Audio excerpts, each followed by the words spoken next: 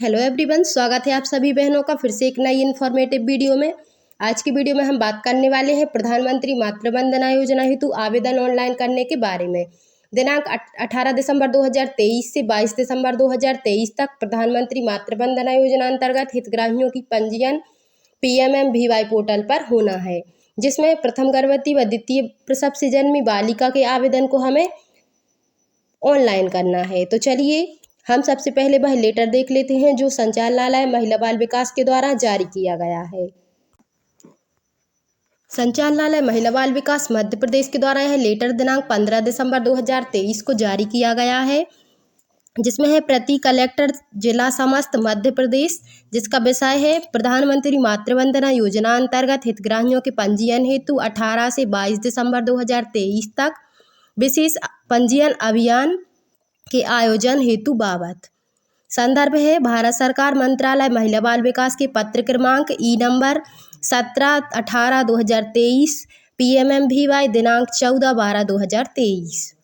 भारत सरकार के द्वारा 1 अप्रैल 2022 से लागू प्रधानमंत्री मातृ वंदना योजना अंतर्गत पात्र महिला हितग्राहियों को प्रथम प्रसव पर 2 किस्तों में, प्रथम किस्त में 3000 एवं द्वितीय किस्त में 2000 एवं द्वितीय प्रसव से जन्मी बालिका होने पर जन्म पर एक मुश्त राशि 6000 प्रदान किए जाने का प्रावधान है।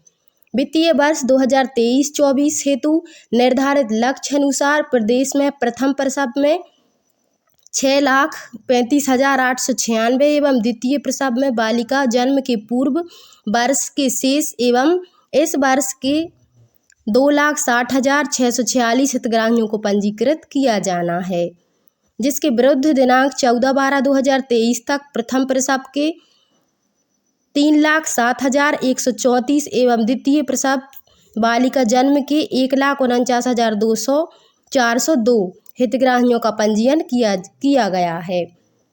वर्तमान में 28,686 प्रकरण आधार से बैंक खाता लिंक कराए जाने हेतु शेष हैं। भारत सरकार के निर्देशानुसार योजना अंतर्गत निर्धारित पात्रता मापदंड में आने वाले सभी पात्र हितग्राहियों का सर्वेक्षण कराते हुए दिनांक 18 से 22 दिसंबर 2023 तक विशेष पंजीयन अभियान का आयोजन किया जाना है। अभियान के दौरान निम्नानुसार कार्यवाही सुनिश्चित की जाए, जिसमें है प्रथम दिनांक 18 से 22 दिसंबर 2023 तक, जिसका गतिविधि पहला पॉइंट है हितग्राहियों का पंजीयन, दूसरा है प्रकरणों का सत्यापन, तीसरा है इम्यूनाइजेशन, प्रकरणों का इम्यूनाइजेशन अप्रूवल, चौथा है प्रकरणों का पेमेंट अप्रूवल, पांचवा है प्रकरणों का पेमेंट जनरेशन, छठवां है शून्य पंजीयन वाले आंगनबाड़ी केंद्रों में पात्र हितग्राहियों का चिन्हांकन कर पंजीयन कराना, सातवां है हितग्राहियों के आधार से बैंक खाता लिंक कराना। प्रधानमंत्री मातृ वंदना योजना अंतर्गत हितग्राहियों के पंजीयन हेतु दिनांक 18 से 22 दिसंबर 2023 तक विशेष अभियान का आयोजन कर योजना का प्रचार प्रसार करते हुए हितग्राहियों को अधिक से अधिक संख्या में पंजीकृत कराकर आयोजित की गई गतिविधियों का विस्तृत प्रतिवेदन, फोटोग्राफ एवं पेपर कटिंग सहित संचालनालय को दिनांक 25/12/2023 तक उपलब्ध कराने हेतु संबंधितों को निर्देशित करने का कष्ट करें। साथ ही प्रदेश में विकसित भारत संकल्प यात्रा के दौरान भी योजना अंतर्गत पात्र हितग्राहियों के पंजीयन सुनिश्चित कराए जावें। तो चलिए अब हम प्रधानमंत्री मातृ वंदना योजना के पोर्टल पर हितग्राहियों का आवेदन ऑनलाइन करने की प्रक्रिया को एक बार समझ लेते हैं। पहले हमें PMMVY वेबसाइट को लॉगिन कर लेना है।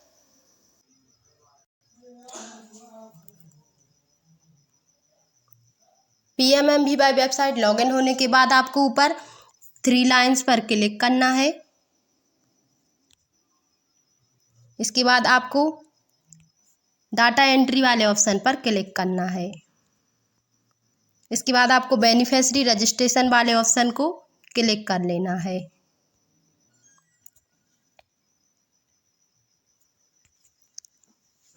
यहाँ पर आप लैंग्वेज को हिंदी में भी कर सकती हैं और इंग्लिश में भी कर सकती हैं। यहाँ पर आप क्लिक करके, यहाँ पर मेरी हिंदी में है पहले से ही, तो चलिए समझ लेते हैं। सबसे पहले यहाँ पर व्यक्तिगत प्रोफाइल भरनी होती है, जिसमें क्या लाभार्थी केंद्र सरकार, राज्य सरकार या PSU का कर्मचारी है, तो इस पे यहाँ पर बाय डिफ़ॉल्ट नहीं होता है। अगर हितग्राही PSU का कर्मचारी या लाभार्थी केंद्र सरकार या राज्य सरकार या PSU का कर्मचारी है तो हम यहाँ पर हाँ पर क्लिक कर सकते हैं। जैसे ही हम यहाँ पर हाँ पर क्लिक करते हैं तो यह आवेदन क्लोज हो जाता है। केंद्र सरकार, राज्य सरकार और सार्वजनिक उपक्रमों के कर्मचारी इस योजना के लिए पात्र नहीं है, इस तरह से यहाँ पर नोट लिखा आता है। तो हमें जो सरकारी कर्मचारी नहीं हो उन्हीं का आवेदन केवल भरना है, तो हम यहाँ पर नहीं पर करेंगे। इसके बाद आवेदन के लिए दूसरा पॉइंट है, आवेदन के लिए पहला बच्चा या दूसरी बालिका। अगर हमें प्रथम गर्भवती महिला का आवेदन भरना है तो हम पहले बच्चे पर बाय डिफ़ॉल्ट हाँ यहाँ पर टिक रहता है तो हम उसी पर रहने देंगे। अगर हमें द्वितीय बालिका के लिए करना है तो हम यहाँ पर क्लिक कर देंगे। इसके बाद है इसके बाद यहाँ पर जीवित बच्चों की संख्या हमें यहाँ पर दर्ज करनी होती है, तो यहाँ पर हम क्लिक करते हैं। इसके बाद हम यहाँ पर 0 को सिलेक्ट कर लेते हैं। फिर यहाँ पर क्या लाभार्थी के पास आधार कार्ड है, तो इस पर यहाँ पर बाय डिफ़ॉल्ट हाँ रहता है, क्योंकि आधार कार्ड सबसे ज़्यादा ज़रूरी होता है। आधार कार्ड के बिना यह आवेदन नहीं भरा जा सकता। इसके बाद है यहाँ पर हितग्राही का नाम। हितग्राही का नाम हमें वैसे ही दर्ज करना है जैसा आधार में दर्ज रहता है। इसके बाद यहाँ पर आधार संख्या हितग्राही की दर्ज करनी होती है। इसके बाद यहाँ पर आधार में जो जन्म तारीख है वो यहाँ पर दर्ज करनी होती है। इसके बाद यहाँ पर उम्र ऑटोमेटिक आ जाती है।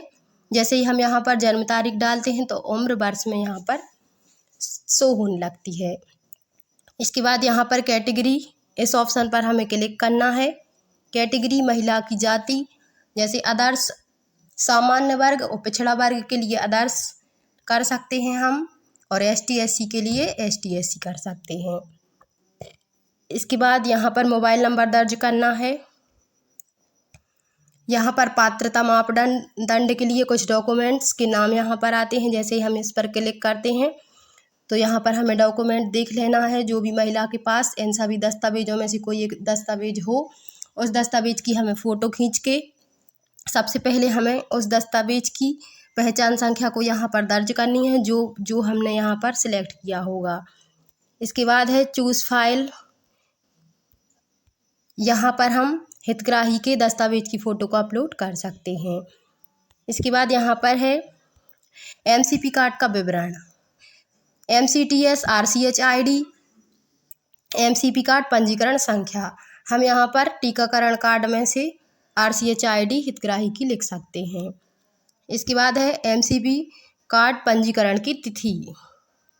MCP कार्ड में जो भी पंजीयन की तिथि हो, महिला का पंजीयन हमने आंगनबाड़ी केंद्र में जब भी किया है वह पंजीयन की तारीख यहाँ पर आ जाएगी। इसके बाद है अंतिम माहवारी LMP की तारीख। यहाँ पर हमें महिला की LMP डेट, अंतिम माहवारी की तिथि डालना है। इसके बाद है प्रसव पूर्व जांच ANC की तारीख। इसमें हम फर्स्ट जो प्रसव पूर्व जांच होती है महिला की, उसकी तारीख यहाँ पर डाल सकते हैं। इसके बाद है क्या बच्चा पैदा हुआ है, तो हाँ यहाँ पर नहीं बाय डिफ़ॉल्ट रहता है, क्योंकि पहला बच्चा है, पहली गर्भवती है तो अभी उनके बच्चे नहीं हुए, तो यहाँ पर नहीं रहता है। अगर द्वितीय बालिका के लिए होता तो यहाँ पर हाँ पर क्लिक कर सकते थे। इसके बाद है बच्चे की जन्म तिथि, ये क्लोज रहता है। वर्तमान पता यहाँ पर भरना है, और राज्य, जिला और ब्लॉक यहाँ पर पहले से लिखा रहता है। इसके बाद यहाँ पर हम गांव का नाम सिलेक्ट कर सकते हैं इस निशान से। यहाँ पर पिन कोड दर्ज करना है। यहाँ पर फील्ड कार्यकर्ता चुने, तो यहाँ पर पहले से ही कार्यकर्ता का ग्राम यहाँ पर दिखाई देता है, ग्राम का नाम। तो इस तरह से हम प्रथम गर्भवती का भर सकते हैं, और द्वितीय गर्भवती का भरने के लिए सेम प्रोसेस है, कुछ चीज़ें चेंज हैं तो वो भी हम यहाँ पर समझ लेते हैं।